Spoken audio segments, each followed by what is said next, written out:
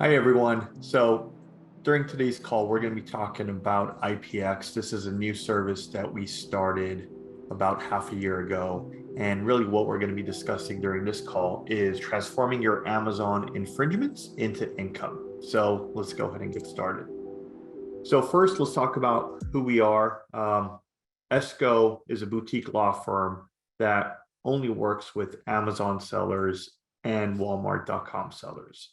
And anything under the sun related to Amazon issues or Walmart.com issues, that's what we address. That's what we excel at, such as Amazon account, ASIN reinstatements, any reimbursements for lost inventory or destroyed inventory at Amazon FBA, any competitor issues, down to enforcing your IP rights on the marketplaces and arbitration with Amazon. Now, let's start with talking about IP infringement and how that affects you as a seller and really what it is. So when we talk about IP rights, just really quickly, we're talking about trademarks, copyrights, or patents. Those are the rights that give you really control over ownership and control over your ideas, over your brand, and over your inventions. So when there is infringement, it's not only affecting your reputation, the brand's reputation, but also sales, traffic, and revenue, and obviously profit. Now, enforcing your IP rights on Amazon is complicated. It is difficult, right? Even though you may feel like you've got a clear-cut case, there are still complexities. So that's what we're going to be talking about today. So if we're talking about utility patents, Amazon has essentially created its own court system, and they call it Apex. It used to be called Amazon's Neutral Utility Patent Evaluation Process or something silly like that. Now they just changed it to Apex, Amazon's Patent Evaluation Express. And let's talk about the benefits and really disadvantages of Apex. So again, with Apex, this is only for utility patents, but the way it would work is you as a patent owner, and here with Apex, we're only talking about utility patents. You would go ahead and identify your infringers, go ahead and file the application with Amazon. And currently you must be registered with Amazon Brand Registry in order for you to get access to Apex. So once you file that, if the other side decides to join in on this Apex proceeding, they would go ahead and also file the application, sign the agreement, and deposit $4,000. At that point, Amazon will come back and also ask you for $4,000. And the $4,000 really goes to the neutral evaluator, which is usually a patent attorney somewhere across the United States. This neutral patent evaluator will act as the judge in the proceeding. You can think of it that way. So whichever side prevails, they'll go ahead and get their $4,000 returned. Whichever side is on the losing end will have their listing suspended, their Amazon product listing, and also lose their $4,000. Okay. So let's go ahead and now talk about the limitations of Apex, because I am a fan of it, but it is limited.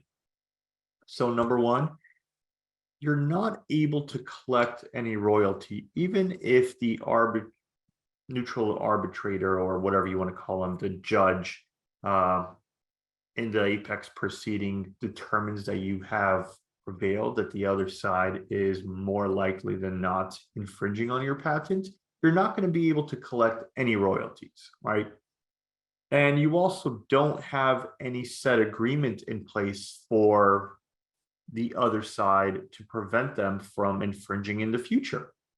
It's also limited to Amazon.com and utility patents. So if you have a design patent, if you have trademarks, copyrights, you can't bring it to Apex, right? With copyrights and trademarks, what you would have to do is file the IP complaint form, and whether they agree with your complaint or not, you really don't have much say in it. Okay, so those are the limitations of Apex.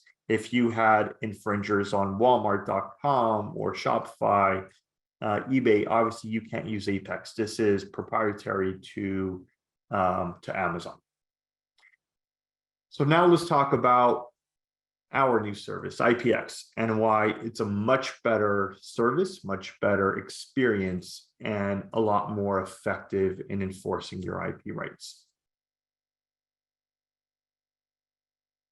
So as I mentioned, we started this process, this new service, about 6 months ago, and we've already had tremendous success with it.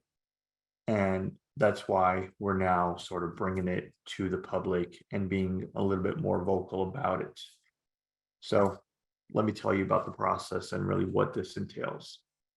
So if you do have widespread infringement, and when I say widespread infringement, meaning if you've got infringers on Amazon, if you've got, let's say, more than 25 infringers on Amazon that are either infringing your copyrights, your patents, or your trademarks, then this would be the service for you.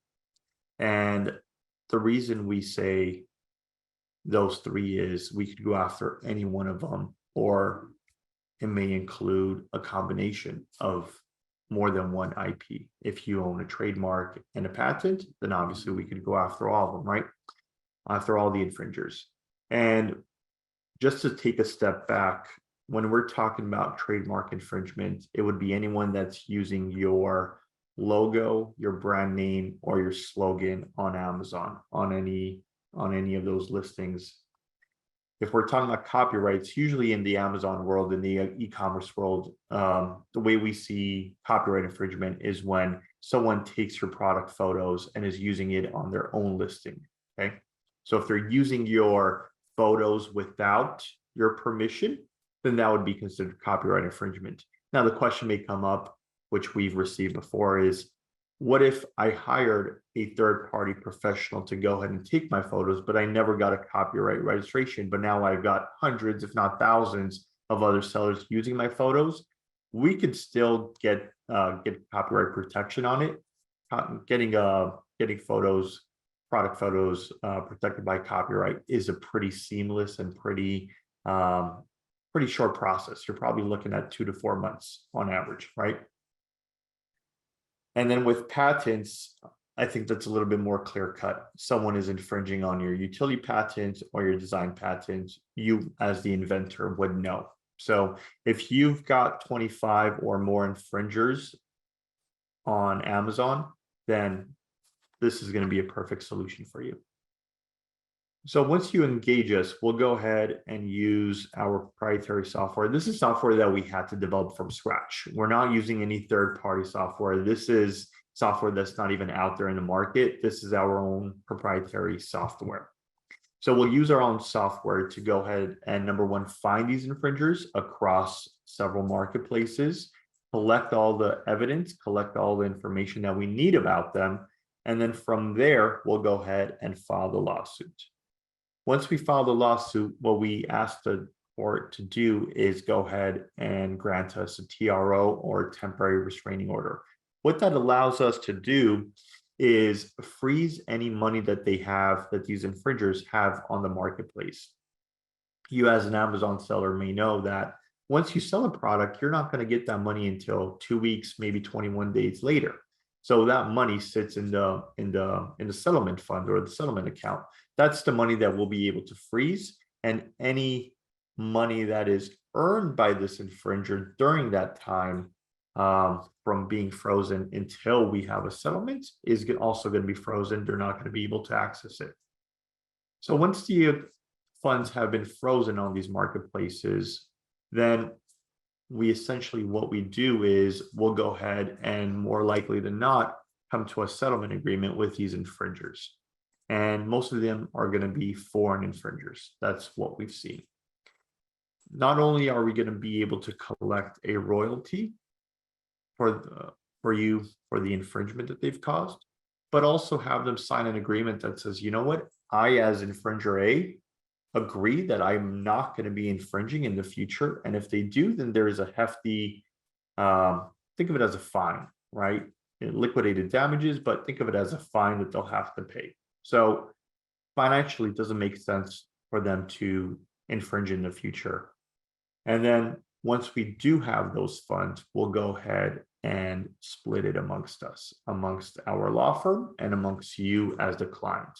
Those are the royalties. So with this, there's zero upfront legal fees. We only collect money. Our law firm only gets paid, only gets compensated as your attorney when we are able to collect from these infringers. So we don't expect anything from you out of your own pocket.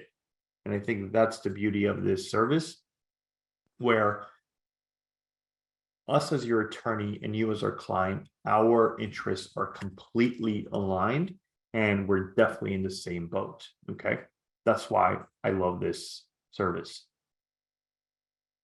Marketplaces that we are currently enforcing this, the service at is Amazon, eBay, Wish, Alibaba, AliExpress, Etsy, Walmart, and DHgate.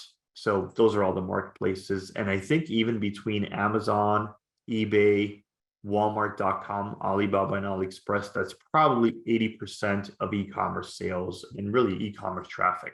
Okay. So those are the marketplaces. Now, let's talk about the difference between Apex and IPX. So as we mentioned with Apex, you have an inability to collect a royalty, lack of agreement, limited to Amazon and utility patents. With IPX, there's really no legal fees unless we win, right? And then once we are able to clear the landscape, the e-commerce landscape of these infringers, then what you'll usually notice is increased traffic, increased sales, increased profit to your listing. This is assuming that you also sell on Amazon. And then once we file the lawsuit, once we get the TRO, these infringers are immediately removed. So Amazon will go ahead and suspend those listings, not the account, but those listings. So almost immediately you're seeing an advantage or a benefit and really increase sales. And then again, with IPX, with agreement in place, we can almost guarantee that they're not going to come back and infringe just because it doesn't make financial sense on their end. So that's the real difference. And most of the clients that we've heard feedback from, there really is no comparison to what we do here, and doesn't really make sense for anyone to go to Apex anymore, unless you've only got maybe a handful of infringers. Okay, so that's the difference. Now, if you do own IP rights here in the United States, so if you have trademarks, copyrights, or patents, that's design patents or utility patents, and you do have 25 or more infringers, then I suggest you schedule a consultation. Let me share that too.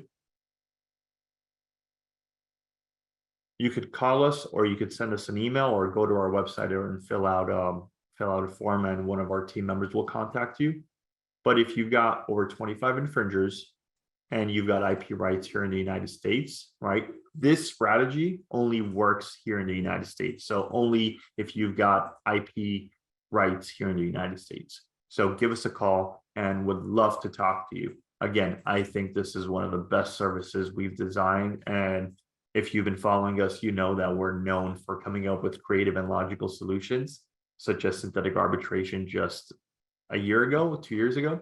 But this, I think, is my new favorite right now, until we come up with something bigger and better for the Amazon community and for really all e-commerce sellers. So again, if you've got 25 or more infringers, and if you've got IP rights here in the United States, give us a call or send us an email, and we'd love to talk to you about IPX. All right, thank you.